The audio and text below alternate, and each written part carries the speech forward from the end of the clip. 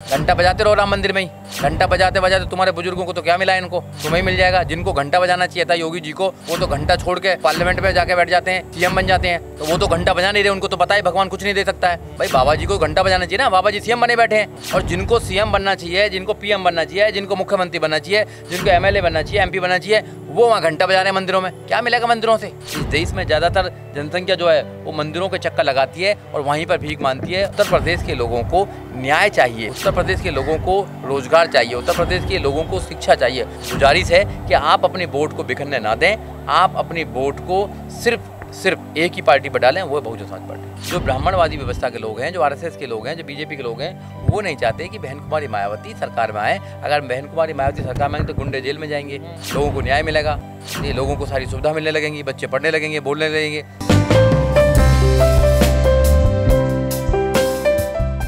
राजभर अच्छा चंद्रशेखर के दोस्त जो हैं, सुहेलदेव पार्टी के जो अध्यक्ष हैं राजभर जी, वो चंद्रशेखर के दोस्त भी हैं। चंद्रशेखर हुए MIM के राष्ट्रीय अध्यक्ष हुए और राजभर साहब हुए, उसके बाद अखिलेश जी के चाचा जी को भी मिला लिया है। तो साथ में खाना खाते हैं और एक थर्ड मोर्चा बनाना चाहते हैं, मगर आपस में आपसी इनका इतना एक दूसरे के प्रति लगाव नहीं है जितना दिखाने का काम कर रहे हैं। सब एक दूसरे को काटने के लिए हैं और ये लोग राजनेता हैं, इनको जनता से कोई लेना देना नहीं है।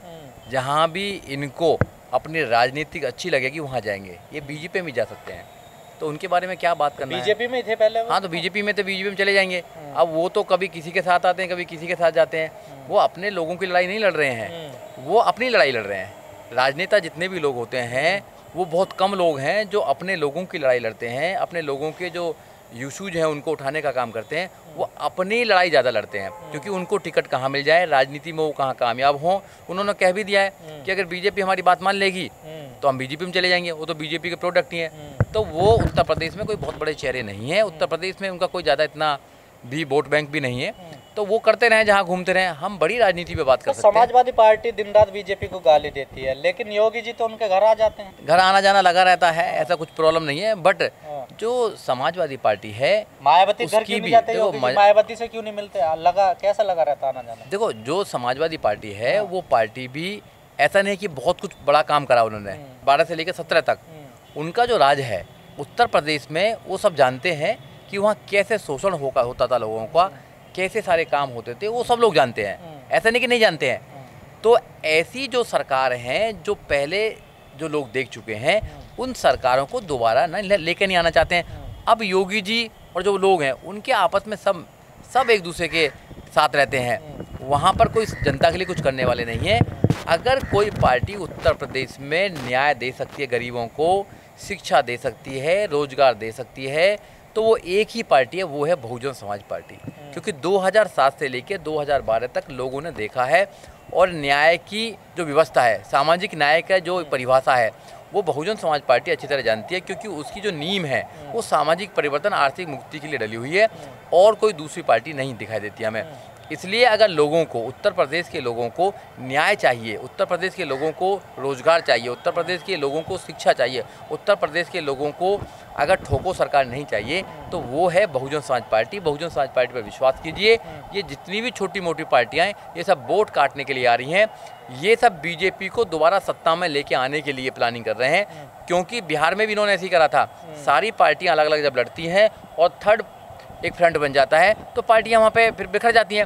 उत्तर प्रदेश में भी ऐसे करना चाहती हैं कि दलितों की वोट भी काट दो, मुसलमान की वोट भी काट दो, आपस में सब वोटों को काट दो, बीजेपी जीत जाएगी। तो मेरा आपके चैनल के माध्यम से उत्तर प्रदेश के लोगों से गुजारिश है कि आप अपनी वोट को बिखरने ना दें, आप अपनी वोट को सिर्फ एक ही पार्टी पर डालें, वो है बहुजन समाज पार्टी। लेकिन सर, लोग कह रहे हैं बहुजन समाज पार्टी तो बीजेपी की बी टीम है ना? नहीं, लोगों को कहने को तो कुछ भी कहने दो। अब वही हमारी ये टीम है ना, क्या प्रॉब्लम है? हम भी कह देंगे कि जितनी भी टीम है हमारी ये टीम है सारी, हम देश पर राज करने वाले लोग हैं। भैया विचारधारा देखिए, क्या बहुजन समाज पार्टी जो है वो धर्म के नाम पर काम करती है क्या? अगर बी टीम होती तो वो भी धर्म के नाम पर काम करती ना। हम धर्म के नाम पर काम नहीं करते हैं, हम करते हैं इस देश में संविधान को लागू कराने की बात करते हैं, हम इसमें एजुकेशन की बात करते हैं, हम गरीब के अधिकार की बात करते हैं। क्या बीजेपी करती है ऐसा कुछ? बीजेपी तो धर्म के नाम पर राजनीति करना चाहती है, तो बहुजन समाज पार्टी तो धर्म के नाम पर नहीं करना चाहती, तो फिर ए या बी कैसे हुई बताइए। पर सर यूपी की जनता तो नहीं चाहती ना कोई दलित मुख्यमंत्री बने। नहीं, ऐसा नहीं है कि 4 बार अगर नहीं चाहती तो 4 बार कैसे मुख्यमंत्री बन गई बहन कुमारी मायावती। 4 बार भी तो बनी है ना, वो भी तो यूपी की जनता है ना। अत्याचार कम हुए ना। हाँ, अत्याचार कम हुए। तो यूपी की जनता के कुछ लोग नहीं चाहते, जनता नहीं, कुछ लोग नहीं चाहते हैं, जो ब्राह्मणवादी व्यवस्था के लोग हैं, जो आरएसएस के लोग हैं, जो बीजेपी के लोग हैं, वो नहीं चाहते कि बहन कुमारी मायावती सरकार में आए। अगर बहन कुमारी मायावती सरकार में आएंगे तो गुंडे जेल में जाएंगे, गुंडों के साथ में जैसा व्यवहार होना चाहिए व्यवहार होगा, लोगों को न्याय मिलेगा, तो ये लोगों को सारी सुविधा मिलने लगेंगी, बच्चे पढ़ने लगेंगे, बोलने लगेंगे। ये तो इसलिए नहीं चाहते ना कुछ लोग। तो सर यूपी में जाति बड़ा फैक्टर रखती है ना सर। जाति फैक्टर रखती है, बिल्कुल जाति फैक्टर रखती है। जाति को कौन छोड़ रहा है? कोई नहीं छोड़ रहा। हम कहाँ कह रहे हैं जाति को छोड़ो भैया, मरो जाति में ही। अगर तुम्हें जाति में रहना, मरो ना जाति में ही, सब कुछ जाति में करो, कोई प्रॉब्लम नहीं है। बट अपने बच्चों के भविष्य के लिए तो छोड़ देखो ना।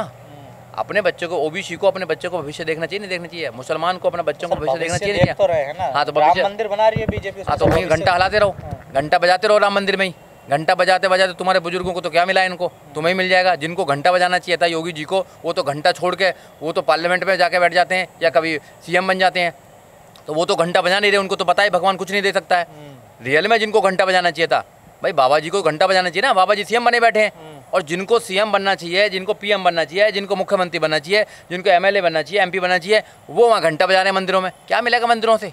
मंदिरों से नाम मिलेगा। बीजेपी वोट मांग रही है। हाँ, तो समझना चाहिए ना, बीजेपी को फायदा होगा मंदिरों के नाम पर, ब्राह्मण समाज को फायदा होगा मंदिरों के नाम पर। अरे इस देश के दलितों को, ओबीसी को, माइनॉरिटीज को क्या फायदा होगा? उनको तो अगर अच्छी सरकार आएगी, एजुकेशन मिलेगी, जब भी तो फायदा होगा। अब तुम घंटा बजाओ, जो घंटा सदियों से घंटा बजाते आए हो, घंटा तुम्हारा कुछ नहीं करेगा। तुम्हारा घंटा बजाया जा रहा है, तुम्हें बजाया जा रहा है, वहाँ पे तुम्हारे लोगों को मारा जा रहा है, तुम्हारे लोगों का शोषण किया जा रहा है, एजुकेशन छीनी जाती है, सब कुछ छीना जा रहा है, फिर भी तुम एक के पीछे पड़े हो, धर्म के नाम पे पड़े हो। धर्म के नाम पे कोई परिवर्तन नहीं हो सकता। जिस देश में धर्म के नाम पर सरकार चलती है, उस देश में कभी शांति नहीं हो सकती है। सर धर्म कुछ तो है सर। अगर अखिलेश यादव का घर बंगला धुला जा सकता है और उसके बाद भी अखिलेश यादव धर्म को मानते हैं, तो कुछ तो है धर्म में सर। धर्म कुछ लोगों ने बनाया है जिनको फायदा होता है, और कुछ लोगों का शोषण होता है। यहाँ ज़्यादातर लोगों का शोषण धर्म करता है। अगर धर्म एक दूसरे से नफरत कराता है तो मैं ऐसे धर्म को मानने के लिए तैयार नहीं हूँ। अगर धर्म सिर्फ इंसान को इंसान से लड़ाता है तो फिर भी मैं मानने के लिए तैयार हूँ। धर्म सिर्फ नहीं, अखिलेश यादव का अपमान हुआ, वो फिर भी धर्म को मान रहे हैं, पूजा पाठ कर रहे हैं, सब कुछ कर रहे हैं, तो कुछ तो है ना सर धर्म। देखो, अखिलेश यादव जी को पता है कि वो कितने भी पूजा पाठ करते रहें, ब्राह्मण उनको मानने वाले नहीं है।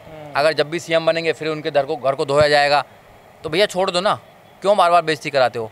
जो समझदार लोग हैं, प्रोफेसर लक्ष्मण सिंह जैसे, उन्होंने छोड़ छाड़ दिए हैं सब सारे, जो समझदार हो गए, मगर उनको वोट लेनी है, सबको क्या कर सकते हैं? भाई ये एक षड्यंत्र है, षड्यंत्र में लोग फंसे हुए हैं, इस षड्यंत्र से निकलना पड़ेगा। बाबा साहब डॉक्टर अम्बेडकर ने रास्ता बता दिया है। नहीं करती है, उन्हें वोट नहीं चाहिए क्या? बहन जी को तो क्लियर कट है ना कि उनका तो, वो क्यों नहीं मंदिर में जाते, वो क्यों नहीं घंटा बजाते, वो क्यों नहीं पूजा पाठ करते? देखो, उनको पता है कि ये मंदिर का जो सिस्टम है ये सब ढोंग है, सब पता है उनको। ये अपने लोगों को निकालना चाहती हैं। इस देश की ज़्यादातर जनसंख्या जो है गरीब, क्यों गरीब है? वो गरीब इसलिए है कि भाग्य और भगवान पर भरोसा करती हैं, वो अपने आप पर भरोसा नहीं करती हैं। इस देश में ज़्यादातर जनसंख्या जो है वो मंदिरों के चक्कर लगाती है और वहीं पर भीख मांगती है, और भीख मांगने में भगवान से मांगती है, जो भगवान उनको कभी देखता ही नहीं है।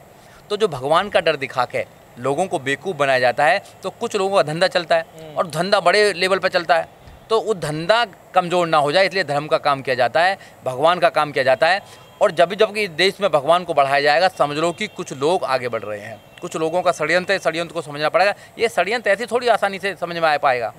ये जिस मूर्ति को एक अछूत बनाता है, फिर वो अछूत उसी मूर्ति से मांगने लगता है, तो ये समझना पड़ेगा ना। बाबा साहब ने कहा ना, जिसके सामने तुम हजारों सालों से मांगते आए हो, उस तुम्हें कभी नहीं देगा, तुम्हें दर्शन नहीं भी करने देता।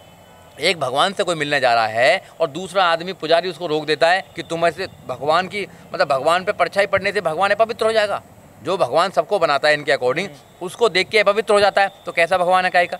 तो ये सब ढोंग है, ये षड्यंत्र है। इस षड्यंत्र को समझना पड़ेगा, और जो व्यक्ति इस षड्यंत्र को समझ जाता है वो अपने आप में बाबा साहब डॉक्टर अम्बेडकर बन जाता है, वो मान्यवर काशीराम बन जाता है, वो बहन कुमारी मायावती बन जाता है। तो समझना पड़ेगा षड्यंत्र को। हम गांव-गांव में जाके, घर-घर में जाके नौजवानों को तैयार कर रहे हैं। माना कि अभी हम तैयार नहीं हैं, हमारे नौजवान तैयार नहीं है, मगर हमारी कोशिश है। लाखों करोड़ों लोग जो एक्टिविस्ट हैं वो लोगों को जा कर तैयार कर रहे हैं कि आप इस षड्यंत्र से बाहर निकलें, आप एजुकेशन की तरफ जाएं। अगर एजुकेशन की तरफ नहीं जाएंगे तो आप कभी भी सच्चाई को नहीं पहचान पाएंगे, क्योंकि एजुकेशन ही एक ऐसा माध्यम है जिससे कि तुम हर परेशानी को खोल सकते हैं, हर परेशानी की दवा कर सकते हैं। एजुकेशन को प्राप्त करो। अगर आप अपने बच्चों को एजुकेशन नहीं दोगे तो वो कभी भी इस देश के अंदर राजा नहीं बन पाएंगे। एजुकेशन लेने के लिए अगर कुछ भी करना पड़े तो आपको करना पड़ेगा। अच्छी सरकार होगी तो आपको जो फंडामेंटल राइट है एजुकेशन वो आपको मिल जाएगी। अगर आपको अच्छी सरकार नहीं होगी तो सबसे पहले एजुकेशन को ख़त्म करेंगे, क्योंकि अनपढ़ बनाना चाहते हैं और अनपढ़ जब मजदूर हो जाता है तो 500 रुपये कमाता है, सिर्फ अपने बच्चों का वो पेट भर सकता है, वो इस देश में कुछ अच्छा नहीं कर सकता।